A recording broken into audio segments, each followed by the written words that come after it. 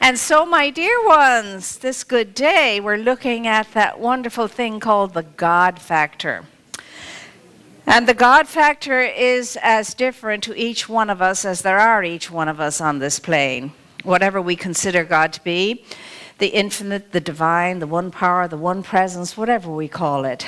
It's that thing that is greater than we are, and that is everywhere present, and we can call upon, and we can work alongside of for our good and the good of all else besides. So I'd like to share with you a story about this amazing man. There he is, standing in the midst of great applause and great cheering, and wondering how in God's name he ever got to be here. He's being awarded the Best Salesman of the Year award, and all of his colleagues are whooping and cheering him on. And the manager who is presenting him with the gift says to him, "Bob, how can this be? How could this ever happen? You've got to tell us. Last year we were about to let you go. Last year, just a year ago, you were the bottom of your team. And you were often the bottom of your team, and we had our little chat, and we said, unless, Bob, you're a nice guy and we love you, but unless you can pick up your sales, we have to let you go. And look at you now. Here you are, the top of the pile, and receiving the award for the Best Salesman of the Year." He said, "I wonder if you would share it with us all and let us know how this could happen." And he said, "Well, there's nothing much really to share," because Bob was a big guy, a shy guy. He was a man who had very low self-esteem and self-doubted a lot and so forth. He said, "Really, it's simple. I came across 13 words that changed my life." And the manager said, "Well, tell us about that." And he said, "Well, the day that you called me into the office and told me, I was on the brink of being fired if I didn't improve my record, he said, I went home and I sat down and I had a serious look at my life and a serious talk to myself and an honest talk to myself. And I realized that change had to occur because I just did not want to be one of those men standing in a line picking up unemployment, and then God knows what would happen after that." And he said, "I was feeling really, really, really down. And I didn't know how things could change, but I knew they needed to." And then he said, "My eye caught a book on the shelf. And it was a book my mother had given me many years ago. And she said, 'You know what, son, if ever you're in trouble, just pick up that book and it's going to help you to move through your trouble.'" And he said, so I picked up the book and I blew the dust off my mother's Bible and I began to leaf through it. And he said nothing much was happening and I was about to close it, but just before I was about to close it, I landed on these 13 words. And they hit me like a thunderbolt, like a flash of lightning. I felt like Paul was knocked off his horse on his way to Jerusalem. And he said, something happened in that moment, and I got what those words were saying. And the words were, "Behold, I make all things new. He who can overcome shall inherit all things." He said, somehow or another, those words just wrapped themselves around me, and I began to open myself up to help from a greater source, from God. And he said, I was never a religious man. I didn't pray much at all of anything, didn't think much about God. But all of a sudden, I realized that here was an opportunity for me to get help. And my help was from God, whatever you conceive God to be. And so he said, I prayed. I said, help me, God. If anyone needs to be made new, I need to be made new. I need a new life. I need to be a different me. Help me. And he said, I began to say those words over and over and over again. Behold, I make all things new. He who overcomes shall inherit all things. Behold, I make all things new. He who overcomes shall inherit. And he said, I just kept saying those words over and over and over again. He said, and eventually I just finished up and said, I need help. Help me, God. And he said, I went to bed and I slept like I'd never slept in a long, long, long, long time.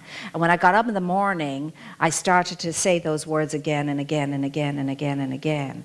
And I asked God for help. I needed help to become that new man that I needed to be. And so he said, I made up my mind. I was going to go out, spend my last few dollars on a new suit and a new tie, and I was going to begin again. And so he went out and he bought his new suit and he bought his new tie. He came back home, got into the bathtub, and he said, I scrubbed myself hard. It was like I was washing away all of the sense of failure. All of the sense of failure I scrubbed away in that bathtub. Then I got out, I put on my new suit, I put on my tie, and I caught myself in the mirror and I looked new. I looked different. And I began to feel that this was probably going to happen and it was possible for me. And so he said, I went out and I started to knock on doors, make contacts and so on. And I found myself different insofar as I had a new enthusiasm. I became very interested in my clients. I listened to them very carefully. I began to realize that it was more about the clients and less about me, and it was more about listening rather than talking. And I began to feel that I had something good to sell these people and in that way serve these people. And so things began to improve, and I began to make sales. And then they improved more, and they improved more, and they improved more. And I just went out doing what I knew to do now every day, with God going before me as my helper, as my companion, knowing that when I was on my own, I made such a mess. I really was at rock bottom. But now I had a helper. I had a companion. I had someone who was going to be my partner in all of this. And that was the big difference in my life. I knew now I had something greater than myself that was helping me to go out there and serve these people and to be interested in them and care about them and listen to them. And he said it just kept getting better and better and better. And as he was speaking, you could hear a pin drop. It was total silence, because some of these people knew this man, knew Bob, and knew what he was like before. And they were, as they say in England, gobsmacked. They were in awe of the transformation and the change that had occurred in him. And of course, they're not only delighted for him, but they're thinking of the possibilities for themselves. So when he finished speaking, they all jump up in thunderous applause, and they're cheering him on and clapping him and hurrahing him and so on. But not only are they hurrahing him, they're knowing for themselves too, if this guy Bob can do it, hey, you know, I can do it too. I can do it too. And what a wonderful witness and demonstration, and what a great sharing, and what a great gift Bob had for those people listening to him in that day. Everybody benefited, and all went away feeling the better for having had that sharing experience. The God factor had entered into Bob's life, and it made all the difference. The connection was made. And so you and I, you see, have a choice. We have a choice. There are many, many, many, many people. Most people, in fact, go about their business not giving any thought much at all to God in any way. There are those who go about the business of life, and sometimes they tune in and give some, consciousness to something greater than themselves.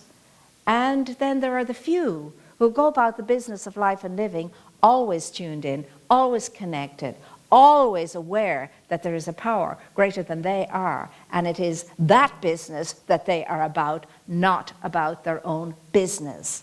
And as a result of that, great good things happen in their lives. It's not that they don't have challenges, it's that they move through them with grace, with ease, and come out of them feeling the better for it and realizing good comes out of everything. They have that trust, and they have that peacefulness in the trust and in the faith they have and the power that is greater than they are available to them. These are the people that believe that this God, this power, this presence, is an all-powerful presence and power, and that it is always present, no matter what. These people are the people who know that God is a very real and present help in their lives and in all life. But they also know that this God, this power, this presence must be called upon, must be invited in, must be that which is received. Because this power and this presence never hoists itself upon us, never intrudes, never imposes. It must be invited. It must be called into awareness. And you see, it's not enough for you and for me to turn up every Sunday. It's not enough for you and for me to go take all the classes. It's not enough for you and for me to prattle off the formula and the prayers and the affirmations if all we're doing is believing that this is so, beyond knowing that what we're believing actually is so. So what you and I come here for on a Sunday is not to learn more knowledge about the truth. It's to experience the truth more fully. We don't want more knowledge. We want more experience. It's the experience we want of God, not more knowledge about God. God knows we've picked up an awful lot as we've gone through life and living. Most of it not true anyway, but however. And so I was sharing this morning that belief is poor, belief is weak, because when we say we believe, most of the time we're hoping that what we believe in is the case. I'm looking forward to the day when we go beyond creeds. We don't need our creeds. I believe in this and I believe in that and I believe that and I believe in the next thing. What we want to do is leave belief for knowing. We need to move out of belief into knowing. And when we say we believe something, we want to say we believe it because we know it to be so, not because we're hoping it is so. So belief in a way is weak compared to knowing. I have to have the experience of something in order to know it. That's what science is all about. Science doesn't believe this, believe that, and believe the other. Science just states this is it. And when you look at science, you see how beliefs always change into knowing. You never stay at the level of belief, you move it into knowing. There was a time when it was believed in science that, the world was flat. Well, it was discovered that the world wasn't flat, and now we know the world is not flat. And this is true of all of our beliefs. But many of us have the same beliefs today as we had when we were 4 and 5 and 6 and 7 years of age. Isn't that interesting? All our beliefs about everything else has changed, but not about God, not about religion. They're all the very same beliefs we had when we were 4 and 5 and 6 and 7. Very interesting to me that doesn't change. And it's supposed to. Why? Because we're open at the top. We're open at the top. We're always delving into the depths of truth. And what is truth anyway? Well, it's an unfolding, everlasting mystery. You never get to the end of it. And so when you never get to the end of something, you never stop at a belief level that says, well, this is how it is and that's that. Now I know. Based on what? Always has to be based on not a body of knowledge, but upon an experience, a personal experience, and every single one of us can experience the divine. Indeed, every single one of us experiences the divine. We don't often recognize it. That's the challenge. You have to recognize it. There's an impulse in us all that calls us higher. There's an impulse in us all that says, you are greater than what you think. You know this. And you are more than what you think you are. God forbid we should ever believe what we think. God forbid that we should believe what we think all the time, because what we think most of the time is not true. It's not true. And so we are called now this week to look at where we are with regard to the God factor. Am I amongst the first people that, go about the business hardly recognizing a thing called God? Are we amongst the group that go around, sometimes connected, sometimes believing, sometimes thinking, yeah, there's something greater than this going on? Or are we among the few who stay consciously connected to their source and know absolutely that they are more than what they think they are? No matter how awful life may be or badly they're behaving, There's more to me than all of this, and I know there is more to me than all of this. Well, the third section is where we want to be. That's what we want to move into. But this week we get to look at where we are in fact, in actuality, not in reality, because reality is truth, but in actuality, where are we with the God factor? Is it still outside of us? Is it still to be sought out there somewhere? Or are we aware that it's right here, right where I am, that our God is a very real and present help and always present at all times, all powerful in me, as well as around me and about me, above me and below me, to the right of me, to the left of me. Omnipresence means that, everywhere present. So if indeed we know that this power that is greater than we are is everywhere present, it has to be right where I am, in me, working through me. And if I come into alignment with it, into cooperation with it, then all things can be added unto me. And I can release and let go of all of the nonsense. How do I go about it? How does this happen? It only happens one way. I have to pray without ceasing. Goodness gracious me, how can I pray without ceasing? As a little child, it always puzzled me. How can we pray without ceasing? Because I thought praying was saying prayers at that time as a little child. I can't keep saying the rosary 24 hours a day, 7 days a week. You know, as much as I want to, I just can't do it because I have to think about the candy that I want to eat in a minute or 2 or 3 or 4. Or whatever it is. As a little one, it never made any sense. A lot of it never made sense to me as a little one. 1 minute, Holy God was going to punish me and send me to hell, and the next minute, Holy God loved me more than anything else. I mean, what's with this? Even a little one can figure out there's something not right with this picture. So we know that beliefs change and they can change. We know that transformation is a norm, it's a happening, it's constant, it's natural to us all. We know that we can change. We definitely know that we can change. We've seen the way we have changed, for better or for worse, for richer or for poorer, etc. We see it in ourselves. We know change happens, and we know we can come into cooperation with it so that it can happen in a way that's best for us all. And so it doesn't matter what the matter is. It doesn't matter what the tendency is. It doesn't matter what the habit is. It doesn't matter what the addiction is. It can all change. How? By inviting in the power that is greater than we are, by doing what Bob did and said, make me new every day of his life. Make me new, God. Make me new, God. Make me new. I want to be new. You make all things new, make me new. Fulfill your promise to make all things new by means of me. By means of me. So when we come in prayer, which is to pray without ceasing, is what? It's to watch your mind all the time. That's all it is. To watch your mind all the time so that you can keep yourself on the affirmative side of life, remain on the affirmative side of life, and in so doing, do no harm. That's how you get to know God. You stay on the affirmative side of life by watching your thoughts, and you do no harm. And every day you commit to doing no harm in what you're thinking, what you're speaking, how you're feeling, and what you're doing. Your whole purpose in the day is to do no harm and practice ahimsa, which is to do no harm, non-violence. That's what gets us into trouble. Our harmful way of thinking, our harmful way of feeling, and our harmful way of doing and being. That's what gets us into trouble, and only that. Now, we're not going to be able to succeed at that on our own. We have to have the power of the presence within us to help us to be in that state of awareness that I am in this day to be the blessing and not the curse.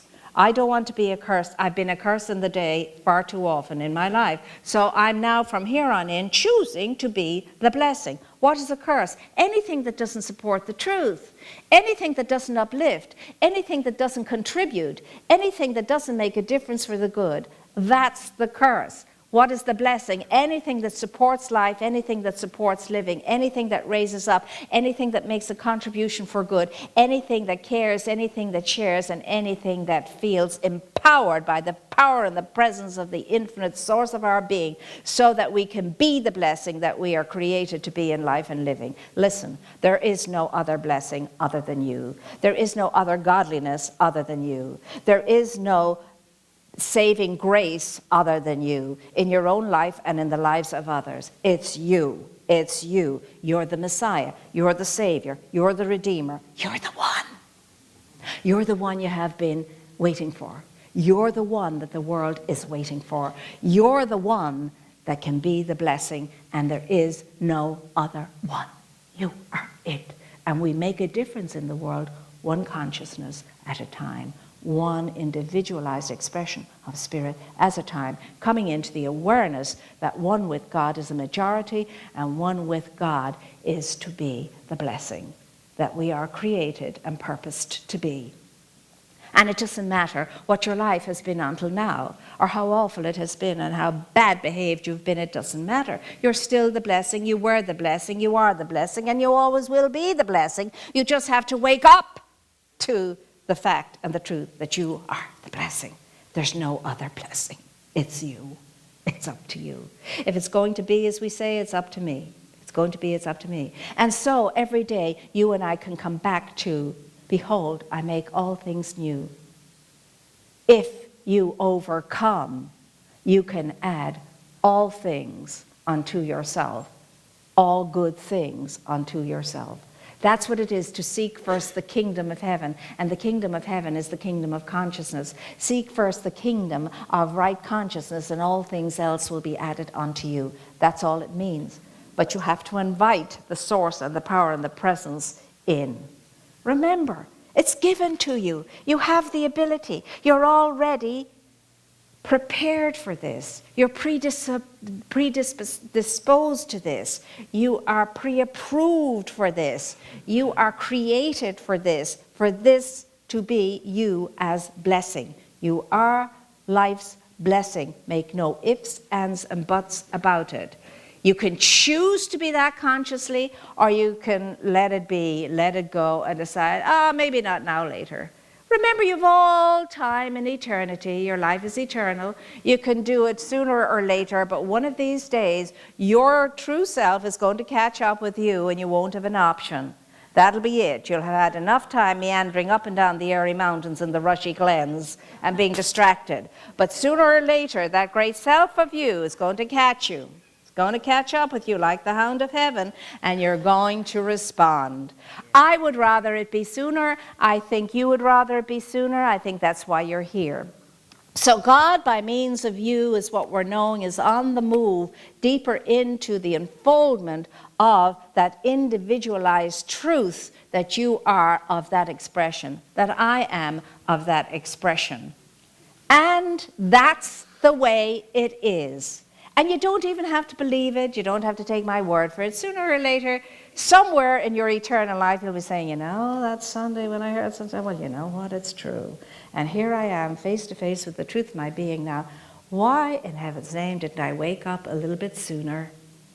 But you know what? It doesn't matter when it happens. It's going to happen. But you could choose to make it happen right here and right now. You could make this the lifetime where you're going to move into that state of awareness, that state of consciousness that's enlivened, enlightened, that is truth-filled, that is you looking and beholding your great good self.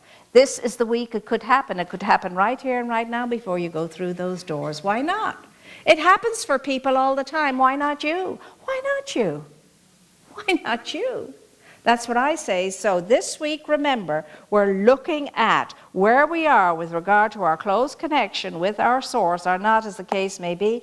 We're making the decision to be the blessing that we are, and we're knowing that we're going out there into the world to share the light, to share the life, to share the love, to share the blessing, to share the empowerment that has been given to us in a way that makes a difference and uplifts the world. Yes?